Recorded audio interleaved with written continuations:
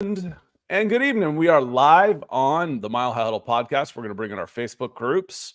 That is Mile High Huddle and the Mile High Huddle podcast. And once we get going, we'll let those open up, say hello to our Facebook folks, let that breathe for just a moment, and we're good. Welcome in, everybody. This is a Sunday night pre-Labor Day Eve edition of the Mile High Huddle podcast. I am not Chad Jensen. I am Scott Kennedy. I will be your host along with co-host. This side, you switched on me, is Zack Kelberman. Zack, how are you doing, my friend? Happy Sunday. Happy Sunday to you, Scott. Happy pre-Labor Day to you and your family. I'm looking forward to talking more Broncos football tonight with you. It's rare we get to pause together these days anymore, but we have a game coming up a week from now, this moment. The Broncos, Scott, will be 1-0 after beating the Seahawks. Can't wait. We'll be this time we'll be doing a gut reaction. We might be finishing up with a gut reaction. So I'm ready. I did have, for the first time, I was into some college football. I've been watching college football. Used to be my life, literally, professionally, personally, everything. I mean, I scheduled my wedding around a fall Saturday. My anniversary is Tuesday. So I got married on a Sunday, September 3rd. I never considered anniversaries. I was like, never even crossed my mind. I'm like, I went to a football game Thursday night, Saturday, and Sunday, and then got married Sunday afternoon. That's how much college football used to be part of my life. And now I'm like, who are these guys?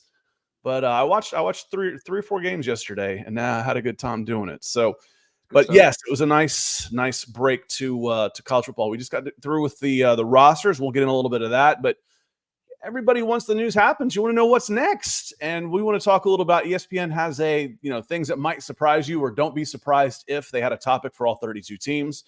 Pat Surtain was up. We want to talk some Garett Bolles.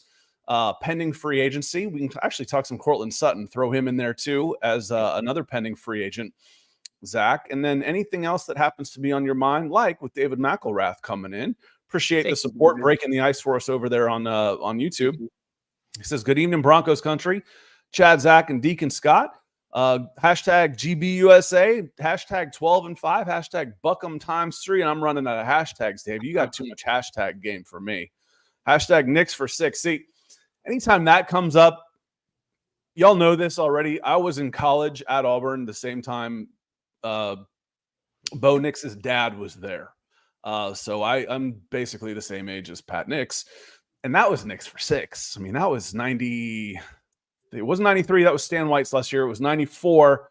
He took over. He was the quarterback 94, 95. And then Damian Craig took over 96, 97, if I'm not mistaken.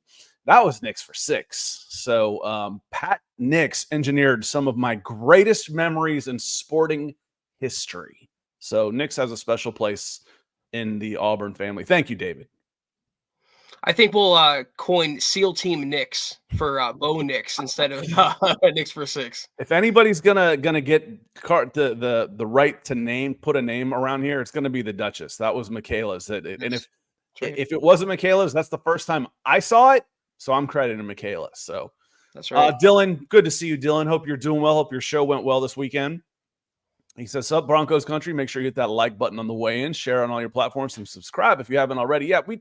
We change things up every once in a while. We go live. We're doing some new things. The Dove Valley Deep Divers are doing some on-demand videos. So make sure you hit that subscribe button so you get your notifications when we're actually doing some things. Chase Wellner's in here. Good to see you. And he says, speaking of Pat Surtain, he's actually a little nervous about cornerback 2. They're going to see a lot of targets.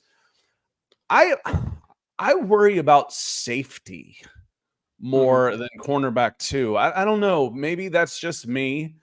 I would have, even though he hasn't looked great, I still would have liked to have the option of Damari Mathis, him getting hurt. I know how bad he looked. I know. But he looked good. We know his worst last year. We know he's a better player than that. You're counting on Riley Moss to be good over there. And I think you brought in Levi Wallace to possibly start as insurance. That's kind of to raise, we say it all the time, to raise the floor, right? If Levi Wallace is starting, then it's not a bad option. You're hoping it's Riley Moss, though, Zack.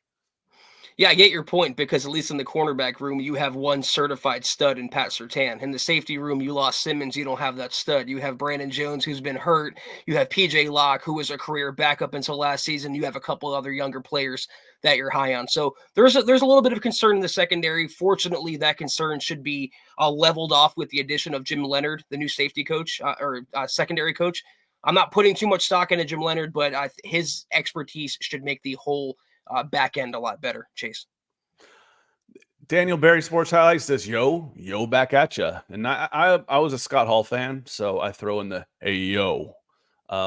I know Zack. I gotta get a grin out of Zack. I go through the Instagram reels all the time on the old school. The Undertaker is awesome. He is so good on those podcasts. It's a shame that it's like this guy with this much charisma never got to speak. His podcasts that they do, they're fantastic, Zack. I'm assuming you've already seen them. If you haven't, check them out. Yeah, the Dead Man podcast, The Undertaker. There's also the Stone Cold podcast. A lot of former wrestlers now, Scott. Maybe you and I should do a wrestling podcast because I've been consuming a lot of. Problem is, it's all old school for me. I haven't watched wrestling in 20 years. It'd be like talking NBA with me. I'm like, oh yeah, remember the days of Jordan? Yeah, we can go to like 95, and then I'd be done. Maybe we should do it. I haven't watched wrestling since the Attitude Era. That was the golden years of WWE, then WCW before. Then we'll keep this in mind, Scott. Stay tuned, guys. Good to see you. Hello, Broncos country. Right back at you, Todd. Joey Grubbs. I love this question. This is such a great question. And I'm going to throw Zack in here. He says, hey, Scott and Zack, who will have the bigger role this year? Rookie Devon Vele or second-year man Marvin Mims, and why? Man, I'm going to say Devon Vele. And I know it's surprising. He doesn't have the draft pedigree as Marvin Mims, maybe not the athleticism of Marvin Mims, but he has something that Mims does not have, and that's the trust of Sean Payton, the trust of Bo Nix, and the chemistry they built. He's a Tim Patrick replacement. You want a bigger body possession guy. And historically, Joey, in New Orleans, Sean Payton absolutely loved, with a capital L, skyscraping receivers. He wasn't a fan of the smaller guys. So that's why he's taken a Devon Vele, and that's why Vele has looked so good in this offense so far. What do you think, Scott? Sorry, I interrupted you a little bit there at the end. We've talked a little bit about how you want Marvin Mims to step up and stuff. He was absent. I don't know if he was nursing a nagging injury that they won't talk about. That's always a possibility. You know, you get after the season, you find out, oh yeah, Mims was dealing with a little bit of an issue here. But he was absent. And it's not like Sean Payton was afraid to play starters in this preseason. The Denver Broncos probably played more starter snaps than any team in the NFL this preseason. And Mims wasn't there. My answer on this is Vele, and why he's probably 4 years older than Mims, honestly. Right now, he's a rookie, but he's going to be 27 in December. That's a good point. He's possibly more mature. Maturity doesn't come with age. Look at me, I know. But again, it's the size, it's the profile. If I want to run the screen game, the short passing game is going to be a huge part of this. It's always been a huge part of the Sean Payton offense. You'll get to see it more this year. And when I give little dump offs to the backs out of the backfield, I want Devon Vele blocking, not Marvin Mims. Right. And that's a big part of it right there. So great question, Joey. I'm going with Devon Vele as well. Roy Osborne is here. He says, good evening, Zack and Scott. Hope you're having a good weekend. I'm having a real good weekend, Roy. Hope you are too. Rodney Garcia is here. Good evening, Zack. Scott and Dylan, Broncos country. That's all, y'all. He says, hope Bo leads the team to a win next week against Seattle. Zachary's here. Zach Smouse. Hey, MHH fan. Great to see you as well. Let's get to the topic now. We've got everybody thrown off on the wrestling podcast here. I think I've told you this before, but being from Atlanta, the NWA and the WCW was here. I mean, they used to have 50 people at center stage, I think, where they would film all that stuff. And then in 97, 98, at the height of WCW, the advertising agency I was working at got the WCW account. So it was like I had a professional interest in WCW also. So we actually had probably a PlayStation set up in one of the break rooms where we were actually allowed to go play WCW Nitro, in the break. Working in an advertising agency, it's pretty sweet. It's pretty sweet. I highly recommend if you get the opportunity to do so. I highly recommend it. But let's get to the topic. It's ESPN makes a Pat Surtain prediction for 2024 season. One of those don't be surprised things. And it was a couple of parts to this. One was, don't be surprised if the Broncos re-sign, however you want to put it, but extend Pat Surtain, making him the highest paid cornerback, resetting the market at cornerback, things we've all talked about. But the other one that I think that's probably a little bit more news than the others is if it happens this year. He's got 2 years left on his rookie deal. A lot of times this stuff happens between the offseason of the final year and the fifth year option, so after your fourth year. But may have been Legwald, ESPN writer, put that out there and says, don't be surprised if that happens this year. And to me, that's a little bit of not news because it's speculation, but none of us are going to be surprised if he resigns when it becomes the highest paid cornerback, but it could happen probably sooner than we think. It could happen during this season. And that would be, here's the cynic of me, Zach. It'll probably be following a loss so you can announce the good news. Right. When you need the distraction. Probably, and not only do I think it could happen, I think it should happen, Scott. Get ahead of it, pay him now before the cornerback contracts get more out of hand. AJ Terrell in Atlanta just got a massive deal, and Pat Surtain's a better corner than him.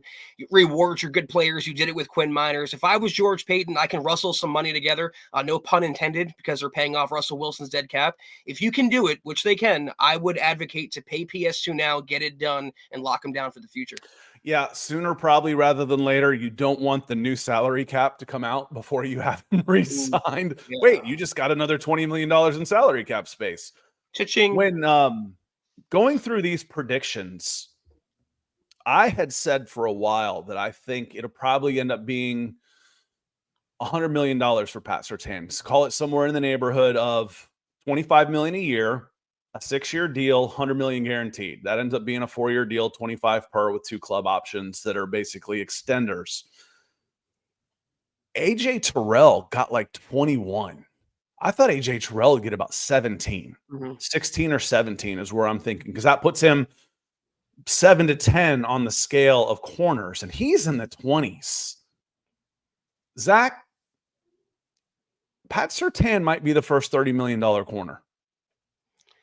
Wow. I wouldn't be surprised. That's what I'm saying, Scott, with the way contracts are going. You bring up a great point with the salary cap and the television contracts going up every year. Get ahead of it now. Just like if they would have waited to pay Quinn Miners, you would have probably paid him not double, but a lot more than you shelled out in the beginning. So, yeah, I think we're on the same page here. If you can, pay PS2 ASAP.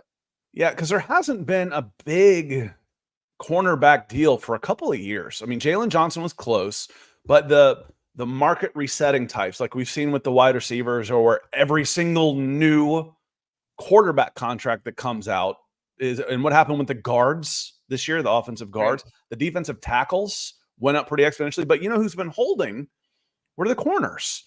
And part of that was because that draft class that had AJ Terrell in it, the top 2 guys, I think, were CJ Henderson and Jeff Okudah. Well, Okudah just signed a 1-year, $5 million deal with the Houston Texans because he hasn't been very good.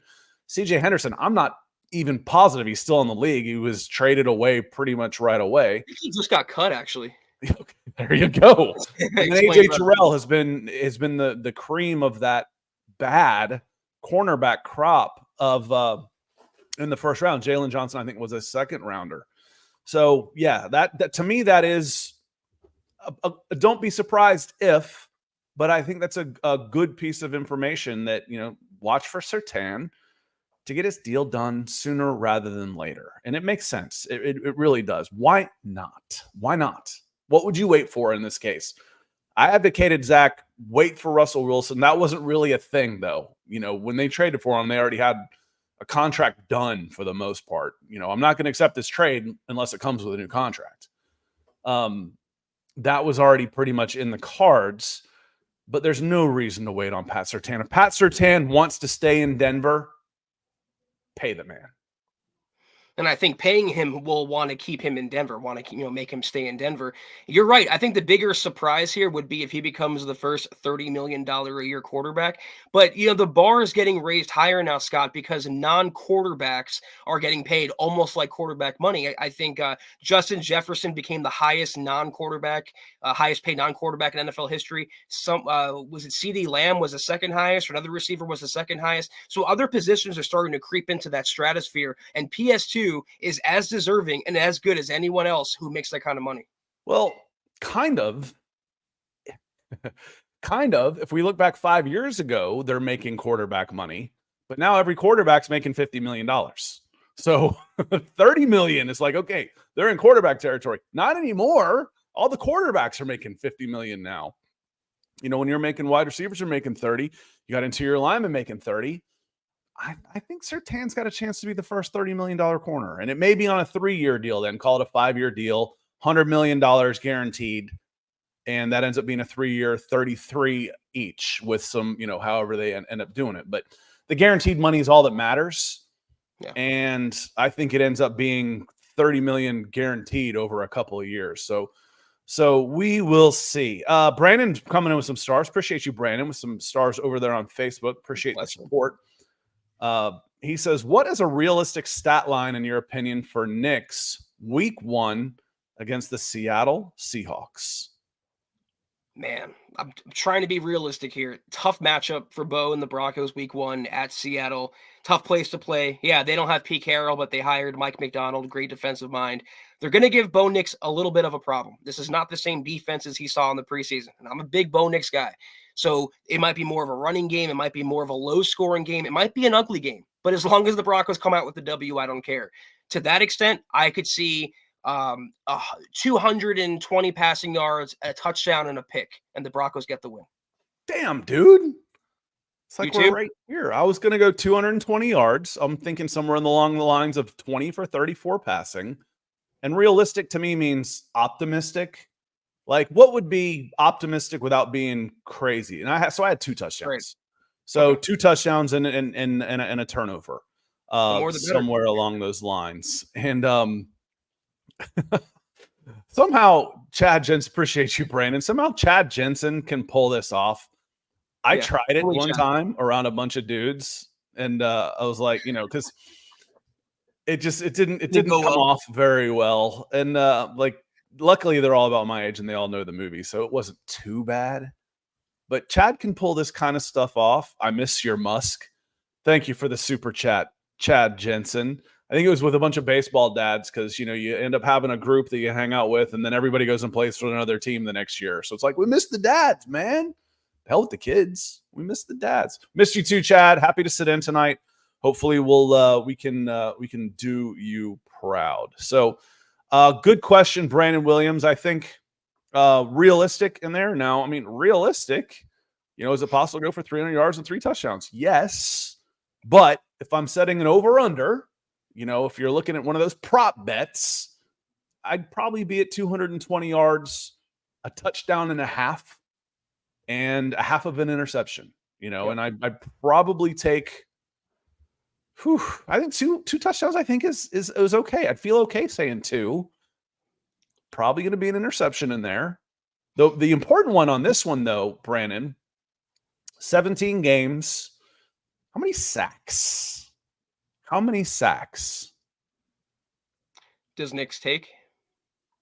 Yeah. In 17? Oh man, I don't think. No, not in 17. Just this weekend. Oh, just in week 1. I'm gonna say 2 sacks. 2 sounds about right.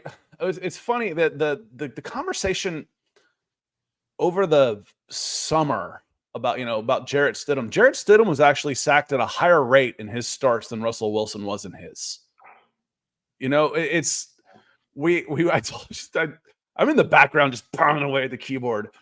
But why are we still talking about Jarrett Stidham like he's anything other than a guy who has 4 starts in 6 seasons now of the NFL? And he was sacked at a higher rate than Russell Wilson was. It'll be better with Jarrett Stidham there, because this was probably doing this before the Bo Nix was officially drafted. If he wins a starter and they sit Bo Nix, he'll be better behind the line of scrimmage. He was worse. He was worse behind the line of scrimmage, not better.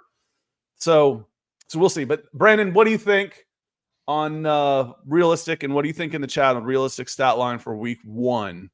I know what you're hoping it's going to be. I want 350 yards, 3 touchdowns, and I want him to rush for 102 scores. Come on. How about 40 yards rushing too? We'll throw that in there. Yeah. All the stats, all the numbers, all the touchdowns. I just want to keep in mind, Brandon, everybody else, not to be a wet blanket, but one of Russell Wilson's only 300-yard games in 2022 came against the Seahawks in week 1. The Broncos walked out with an L. I don't even care, Scott, Brandon, anybody. If he has a 220-yard game, if he throws only 1 touchdown, takes 3 sacks, if the Broncos get this win, it's the most important thing. Michael Davis coming in. Appreciate you, Michael. Thank you for helping to keep the lights on, keep my forehead nice and shiny here. He says, I hear you on paying PS2. Wait till week 6. Check our record. Contending teams will overpay. Use those picks wisely in 2025. PS2 only has 7 career picks. Now, I'm off on this one a little bit. Wait till week 6. Check our record. Contending teams will overpay. What? I don't understand that point. Contending if the Broncos are going to have a fire sale, like if they're terrible. And so you're not going to trade Pat Surtain. You would have done it last year. Yeah, I think it would have already happened. Maybe, Michael. I think you would. If you were going to trade Pat Surtain, you would have already done it. What it boils down to, though, is does he want to stay in Denver? You know, if you come out of the gate 1-5 again, he may turn down some contract extensions. You never know. But he's given every single. That's just pure speculation on my point, because every single public statement he's made has been about, I want to stay in Denver. And when it comes down to finances, these guys live in a different world than the rest of us. Okay. We're like, oh, who wouldn't be fine with $20 million? That's not the point. It's a measuring stick amongst your peers. Mm-hmm. That's how they look at it. Am I appreciated? Am I seen as, these are competitors? Am I being appreciated by my organization? Am I being paid my value? And Denver Broncos want to make him the highest paid corner in the league. I think he'd say yes. I think he'd say yes on this. PS2 only 7 career picks. What do you say to that? Not a lot of people are throwing to him. It's not the only barometer to judge a cornerback on. I understand it's might be low, but it's like judging an edge rusher based purely off sack numbers. You have to go beyond that and see how much PS2 is impacting the game every single week. So I don't worry about that. I watch his play on the field. I watch him lock down one half of the field, and that's why partly, Scott, he's worthy of this massive contract. I want to see if I remember this correctly. So I am going to double check something real quick. Interceptions, INTs. Oh, he has 3. So he had 1 last year. He had 1 last year and 2 the year before. And who's considered, if it's not PS2, it is this guy when it comes to interceptions, or to being the best corner in the league. Got to be Sauce Gardner, I guess. Sauce, right? Yeah. It's Sauce. Do you know how many interceptions combined Pat Surtain and Sauce Gardner had last year? 2. 1. Wow. Because this comes up with AJ Terrell also. So that's why I looked it up. Well, AJ Terrell doesn't have any interceptions. He doesn't have any ball skills. AJ Terrell's playing with safeties that are replacement level players, and they throw to the other side. Mm-hmm. You know, unless you've got a one-on-one matchup and you trust your guy and you go high on him. That happens. That's football. So AJ Terrell, Sauce Gardner, and Pat Surtain, we're talking about $100 million in cornerbacks right there. 1 interception last year. 1. So there's other ways to look at this, to look at it. I'd rather have Pat Surtain than Trevon Diggs, giving up 2,000 yards but has 10 interceptions. That's a really good point. Yeah, I mean, he'll get beat as often as he makes a play. PS2 is consistent. And, you know, Michael Davis is asking exactly, is he impacting the game? Just The cornerback 2, Scott talked about him a few minutes ago. The cornerback 2 last season, Damari Mathis, got benched midseason because he couldn't hang on the other side of the field because PS2 was impacting one half of the field. So I understand the Broncos want to be better at the cornerback 2 spot. We talked about that, but you can absolutely say, Michael, with a straight face, that PS2 is not impacting the game. If and you Michael, watch him, when Nick and I got into this argument at one point, and I'm right, by the way, who would you rather have, the corner or the edge rusher? It's edge every single time. Every time. I can take a cornerback out of the game to a certain extent. If you have another weakness, then Pat Surtain isn't as effective. Pat Surtain's value to the team on a cost perspective is only going to get worse from what it's been on his rookie contract. He's not going to get 10 times better as a player, but he's going to be 10 times more expensive. So his value to the Denver Broncos it's only going to be worse. That's just facts. It's basic finance. And the Broncos haven't been very good. Now, you give me Myles Garrett. If I could have my choice between Myles Garrett and Pat Surtain, I'm taking Myles Garrett. I'm going to take the edge rusher because he can end a play. It's a lot easier to avoid that. But I know this piece when I'm constructing a team as a general manager, and I can erase this half of the field. Well, now I know where I need to spend my resources. I need to get better at a pass rush, and I need to make sure the other side is just as good. The problem, Zach, the Broncos have not had the resources and have had too many holes in other places. And they've tried with Riley Moss. They did dump some resources into it, but you'd like to throw another first-round pick in there. Oh, wait, they've only had one since Pat Surtain, and they've used it on the most important position in football. Or it's the second. A coach. They used it on Sean Payton and they used it on Bo Nix. Sorry, we didn't get a cornerback opposite Pat Surtain. Probably that's okay. Haven't had a second round pick in God knows how long, it feels like, Zach. So yeah, it's part of it. And that's why we said one of the things we're looking forward to this year, another full slate of draft picks and a bunch of money. Check out this super chat coming in. Is that D-Dub? Is that Dale? I think you're right. I think it is D-Dub. D-Dub, are you coming to the meet and greet again? I hope to see you there. It was great to see you last time. Unless something comes up like it did last year, I'm looking forward to hopping on a plane in about 13 days and coming out to Denver. And thank you so much, D-Dub. Yeah, it's huge. Everything you've done for us, this show, me personally. I mean, this picture in my background is taken from the ticket that D-Dub gave me when I came out to Denver. So thank you so much. But he says, Zach, Scott, salute to all. That's all y'all. A baptism by fire for Bo debut. Not too many more challenging places to play than Seattle. That's another factor also. They will blitz him hard for sure, and it's going to be loud. But tiring for the defense is when they rush hard only to find the ball gone. Quick release can take advantage. Pre-snap reads, D-Dub, going to be huge. Yeah, quick passing game and also getting the running game going. It's something that Russell Wilson didn't really have in that Seattle game in week 1 a couple years ago. Javonte Williams, Estime, McLaughlin, they'll all be on deck. You have to keep the chains short for Bo Nix, keep the offense on the field, stay ahead of the down, and that's how you'll find success. But you could be right, Dale. It could be a trying afternoon for number 12 overall.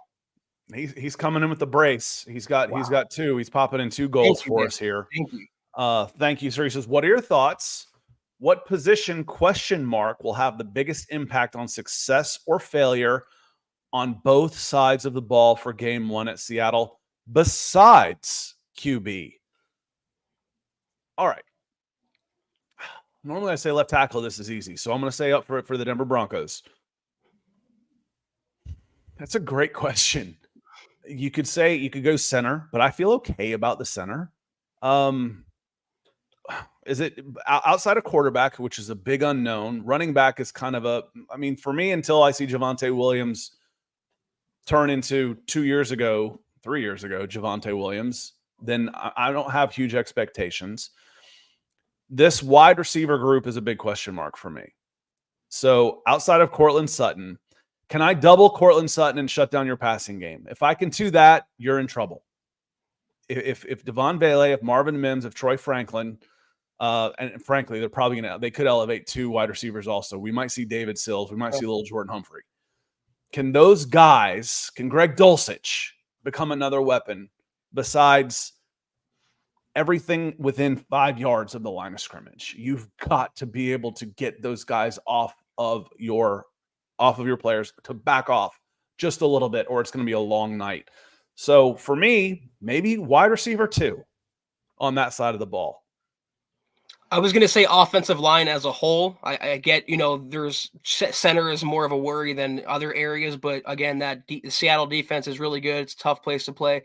So offensive line, I agree. Wide receiver 2, is it going to be Reynolds, Vele, Mims, who's stepping up there, and also cornerback 2 on the other side of the ball. They have 3 really good receivers in DK Metcalf, Tyler Lockett, and Jackson Smith and Jigba. Who's covering them? Probably PS2 on Metcalf, but then is it Riley Moss? Is Levi Wallace going to play? Are they going to step up? Chris Abrams-Drain, is he going to be a factor? So cornerback and, like Scott said, wide receiver 2, I think, are the biggest ones. How about, we could start right there, the closest to the ball, and be done with it. Center. If your center breaks down, you're in trouble, flat out. It's like, let's see, my refrigerator isn't working. Well, did you check the Freon? Yeah, it's good. Did you? Well, it's unplugged. Yeah, that's it. I'm screwed. If I don't have any power, it doesn't matter what my refrigerator's doing. If your center breaks down, you're done. I can flip over and do the other side of the ball. Last year, DJ Jones was not very good. You were soft. You're like Bloodsport. He's weak in the gut. So you were weak right up the middle. If you cannot stop the run up the middle, you're done.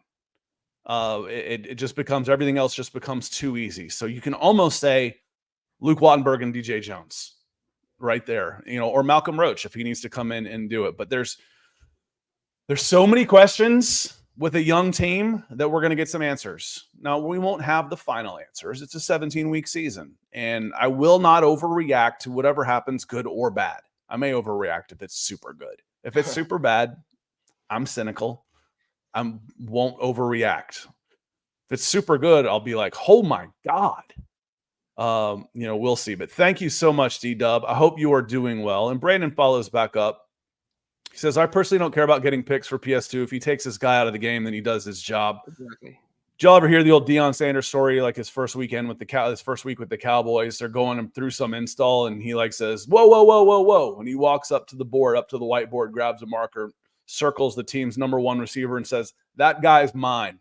And he goes and sits down. Deion could do that. Pat's really, really good. And if you can get something close to that, I can do so many different things on defense if I know I've got outside hash taken care of over here. And I think it's even more impressive that he's been so good and so consistent and so dominant, despite not having a rock solid cornerback 2, despite not having up front an elite edge rusher. These are, components to make a good cornerback, a really good corner. And PS2 has been really good despite these things, Scott. And my other safety has been Kareem Jackson. True. And I haven't been able to get rid of him. Now, I still have questions about, there's a reason why Kareem Jackson kept getting signed. Is PJ Locke better than Kareem Jackson? We don't know that for sure. Hopefully he'll be able to stay on the field longer. That'll be a good start.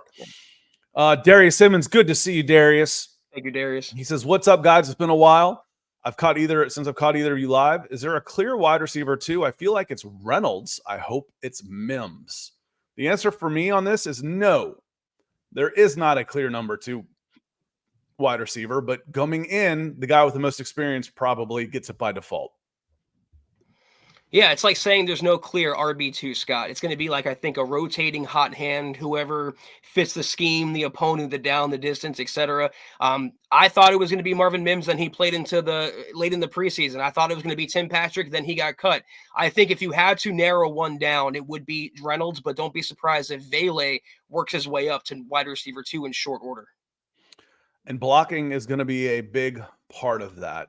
George Fox, thank you for the stars over on Facebook. He says, thanks, guys, to the best pod on the Broncos in and out of the season. Denver Broncos for life. MHH for life. Hit the thumbs up, guys. Good advice. Thank you, George. I'm looking at Daniel because I'm going to Daniel next. Daniel says over on YouTube with a super chat, he says, what defensive play breaks out, makes plays in week 1? So give me a who's going to be your player of the game, and you're not allowed to say Pat Surtain on defense. Who's your player of the game? I'm going to go defensive lineman. And I want to say John Franklin Myers. It could be Zach Allen. Hell, it could be Malcolm Roach. I just think I've been saying it for weeks now. This defensive line, Scott, is so much better and deeper and more talented and more imposing than anything we saw the last couple seasons. It's easy to say PS2. It's easy to say Baron Browning, but I'm going to say JFM or Zach Allen. Zach Allen was mine on this. I think Zach Allen is an up-and-coming star in this league, and we need the Denver Broncos to play meaningful games well into January for him to get the recognition that you deserve. Trust me, I come from a city that that plays more bad football than good, and the individuals get punished for it, and it's BS. It's like just because the team stinks doesn't mean that everybody stinks, that these players are bad.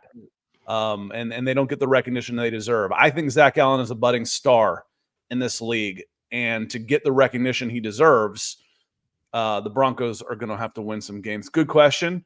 I know who I'm looking forward to seeing in a couple of weeks is Naj Altaf. Naj, I hope you are doing well tonight, my friend. He says, hey, brothers, I'm really anxious to see how Peyton game plans this week. New coaching staff in Seattle and a high-pressure physical defensive style is what I expect.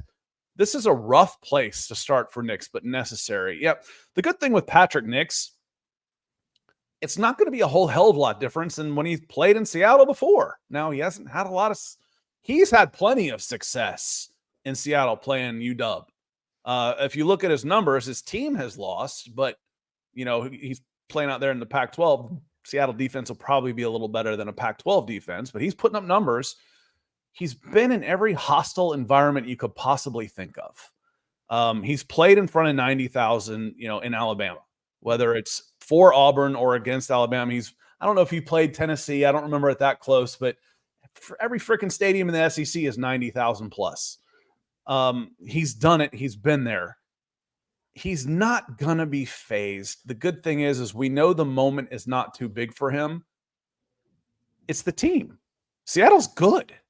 It's going to come down to, are the Denver Broncos better than Seattle? Not atmosphere, not this or that. It's going to be, and that's a positive thing when you're dealing with a rookie quarterback. We really are a simpatico tonight, Scott, because I was going to say, I don't think the game will be too big for Bo Nix. I don't see him drowning. I don't see him crying on the sidelines a la Paxton Lynch. But it could be a case where if the offensive line blows an assignment or he takes a sack or throws a pick, and that's the difference in a game. Like Scott said, the Seahawks are a good team. It's a tough place to play. And Naj, you're right. It's a tough debut for a rookie quarterback picking up everything about playing in the NFL, and especially for Sean Payton. So it's going to be a growing opportunity. And Scott, I think so many of us have raised expectations now for Bo Nix because of the preseason he had, but there still are going to be rookie moments for him. He's still a rookie quarterback. And if he shows some of those rookie moments in week one, it's part of the process. Yeah, he looks comfortable, but I don't think he's played a number one defense yet, because when he came in against Indianapolis, they had already pulled their number ones because Stidham. So, we like what we saw, and you can only play against whoever they put out there against you, but he diced them up. It's like, the phrase I've used when scouting is like, do you care about level of competition? Not really. Adrian Peterson is still Adrian Peterson, whether he's playing here or there. It's still the same guy. You can only beat who they put in front of you. Who they put in front of you next Sunday is going to be considerably different than what you've seen. And you're not going to see 10-yard cushions. You're not going to see soft defenses. It's going to be press mans, and it's going to be up to this young wide receiver core of the Denver Broncos to get some separation, or it's going to be a long night, and it's not going to have anything to do with Bo Nix. And also, you have to get the running game going. You have the offensive line, like I mentioned up front. They have to hold their pass blocking. They have to make the holes for the running game. But, Scott, the Broncos can really help Bo Nix out and the offense get going by just getting him in a rhythm. I saw someone say it in the side chat. I can't take full credit for it, but I 100% co-sign that. Short passes, quick passes, get his confidence up, get his completions up, and then I think the game will start to slow down in week one. You know what I'd like to see this year? More 3rd and 2s. I don't remember the last time I saw a 3rd and 2 for the Denver Broncos. It was either a big play or bad play. It was either first down and another first down, or it was 3rd and 14. The negative plays, that has to change, whether it's run, screen, and now we're 3rd and 4. Okay, well, that's manageable. That's manageable. Let's see that. So I think we're going to see. I think it's going to be pretty conservative to start, and then if you have some success running the ball with the short passing game, things will open up. But the receivers have to be able to make plays, or they're going to get jammed at the line of scrimmage, and the running game's not going to matter because you're not going to have any room to breathe. So we will see, and that's where Greg Dulcich comes in. We're right at 40 minutes already, believe it or not, Zach. So we're probably going to get out of here pretty quick. There's one more thing I wanted to get into, and I wanted to highlight a few things about this. I was looking through. I was like, what should we talk about tonight? And I see, like, here's a top free agent list. I'm like, well, hell, Denver's going to have a ton of money next year. Let's see if there's anybody on here that I'm ready to sign for the Denver Broncos. And I get down the list. The number 6 pending free agent in all of football in 2025 was Garett Bolles. That tells me a couple of things. One, maybe we underrate him. Two, how hard is it to build a team through free agency? Because it's just now a lot of the guys that are out of guaranteed money are basically free agents next year. Cortland Sutton types. So that list will change dramatically. But Garett Bolles, in his 30s, left tackle, 1 Pro Bowl to his name, is the number 6 free agent. What are the odds he's a Denver Bronco in 2025? Well, I mean, number 3, maybe the free agent crop as a whole isn't that good. Number 4, maybe Garett Bolles' agent wrote that blurb, because when you said number 6 overall, Scott, I was like, wait, the 6th best tackle in free agency? And you're like, no, the 6th overall player in free agency. My head could not believe it. I was shaking my head. But yeah. Scott, I don't see any way that Garett Bolles, I mean, I do see one way if they neglect the position like they have, but you got to move on at some point, and he's not getting any younger. I don't think he's getting much better with age either. At some point, you got to sign a tackle, right? And I like the idea. We give him hell for keeping Frank Crum, but if there's ever been a developmental tackle, you know, the old saying in NBA, it's like 50 years old, was if you're going to miss on a 7-footer.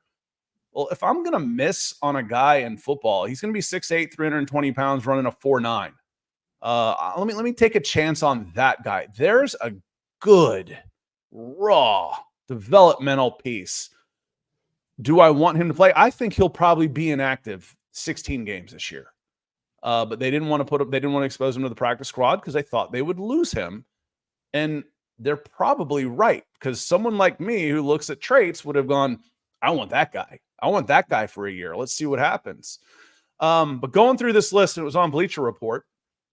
And, you know, Bleacher Report is not the end-all, be-all, but, you know, they can compile names and look at contracts and do a good job of that. Number 10 was Stephon Diggs. Number 9, Hassan Reddick, edge, New York Jets. Number 8, Asante Samuel, corner, Chargers. Number 7, Paulson Adebo. I've never heard of that guy. I've watched the Saints play 3 or 4 times a year. I guess I'm an idiot. Well, we know that, but I would think I've heard of him before. Garett Bolles, number 6. Trey Smith, guard, Kansas City Chiefs. I can't believe he's a free agent already. I feel like I was just watching him down at the Senior Bowl. Number 4, Aleem McNeil, defensive tackle, Detroit Lions. Number 3, Charvarius Ward, cornerback, 49ers. Number 2, T. Higgins, wide receiver. And say it with me, Zach, who is the number 1 pending free agent in all of the NFL in 2025? Dak Prescott. Dak Prescott. What does that tell me? It means money's nice. Young players under contract is nicer. It's nicer. You got to build through the draft. You really do. And then supplement here and there with free agency, because it's hard. It's hard. You overpay for guys, and it's almost like if they hit free agency, there's a red flag next to their name. Why is this guy a free agent? Why didn't they get re-signed? You know, so it's tough. Now that list will change dramatically over the course of the next 9 months, but still, Garett Bolles, number 6 right now. I guess I was kind of right, though. That crop of free agents isn't that appealing, Scott. I mean, if Dak Prescott's your number 1 guy, that would explain Garett Bolles being the number 6 guy, I guess. No, I mean, you just think about it. You're like, I'd almost, and Sutton has 2 years left. I'm like, all right, you know, but aren't Baron Browning and Jonathan Cooper? I'd rather have Baron Browning, probably. No, I see. It becomes a question, though. I think those guys are both free agents at the end of this year. They are, yeah. The teams that we cover, I like, okay, well, who would I take that's a pending free agent? Between this one and the Atlanta Falcons, I'm like, there's some guys on 1-year deals like Matt Judon and Justin Simmons that are their free agents. Are they going to get $15 million a year like Bolles probably will next year? Probably not. Well, we know Justin Simmons won't, not at that position. So Bolles automatically goes higher. But they've sewn up most of their guys. They don't let them become free agents. And that multiply that by 15 and you've kind of got the rest of the league covered. Most of the top guys just don't become free agents. I just looked, and Garett Bolles is going to be 33 next May. If a team wants to pay him $20 million a year to be their left tackle, to quote your partner, Nick, God bless, because I'm allowing Bolles to walk. I'm taking the comp pick if I can get one, and I am drafting. I don't care what round. I am drafting an offensive lineman for the first time since offensive tackle, for the first time since Garett Bolles. It's madness, Scott. Now, I am of the opinion, as long as Sean Payton is this coach, you're not playing the comp game. There's no way. You got $100 million in free agency money. There is no way you are sitting out free agency long enough to say, I mean, you got the Denver Broncos didn't have much money this year. Had Lloyd Cushenberry sign a massive contract in free agency, and you didn't get a comp game, you're canceling it out by spending your own money. You've got money. I mean, we talk about the Walton Penner Group all the time. As long as they're a factor, you're not going to play the comp game. So kind of forget about that one. That's why I'm still a little surprised he's playing on this contract, Zack. Either extend him, lower his cap number, or trade him, because you're not going to get a comp pick out of it. I think it might be the plan. Maybe that's why they kept Frank Crum. Maybe they trade him Garett Bolles around midseason before the deadline. Boy, it's hard to pick we see skill guys move, but boy, we don't see offensive linemen move that often during a trade deadline. That at least not that's ringing the top of my head. But listen, guys, we're going to get out of here. I want to say some thank yous to some folks while Zack is ready to take care of some matters of business. My idea of matter of business is say thank you to Chad Jensen. I want to say thank you to, I got to scroll all the way to the top because it didn't go into my little queue here, and I would be remiss if I didn't highlight this guy. This guy? Now it's stuck. Where'd it go? Damn it. StreamYard. This guy, David McElrath. I was going to fight for you, David. It was kind of being a pain, but I was going to fight it. I was going to fight it for you. Like getting sweaty in my forehead. Fight it. Michael Davis, thank you so much. Brandon Williams. D-Dub out in Hawaii. Iron sharpens iron, coming in twice. The benefactor of the show. Darius Simmons, George Fox, Daniel Garcia, and Naj. Can't wait to see you, Naj. Thanks to all of y'all for the support tonight. Thank you. That was another tremendous installment, as always, of the Mile High Huddle podcast. If you're not doing so, please follow us on Twitter at the MHH Pod. You can follow the main account on Twitter at Mile High Huddle. Scott is at Scout Kennedy. I'm at Kelberman NFL. And don't forget about Chad at Chad and Jensen. If you guys want some merch like we're rocking on every podcast, check out MHHmerch.com and get you some. If you haven't done so yet, please drop us a like at Facebook.com/Mile High Huddle Pod. You can find us on Instagram at mile_high_huddle. If you're listening on Apple Podcast or Spotify, make sure you're leaving your football priest and our Deacon Scott a 5-star review for a chance to win some merch each and every single month. But if anything, y'all, please subscribe, like, and share this video and every video you see on the MHH channel. It really helps us grow and reach more Broncos fans just like you. We are off for tonight. I just gave the care emoji. It shows up on here as a separate one on ours. So got the little heart for the Labor Day love. So thanks everybody for being here. The priests will be back tomorrow. I don't think I'll be back tomorrow unless I'm not positive we're doing Broncos for breakfast. Still planning to, but like that's a good reason to have the notifications on. So we'll see. Nick might be out somewhere and he just forgot to tell me, and it's Labor Day. So if not, y'all have a great Labor Day regardless. The priest will be back tomorrow night, and it's game week, y'all. It's game week. Have an excellent night, and just for you, go Broncos. Go Broncos.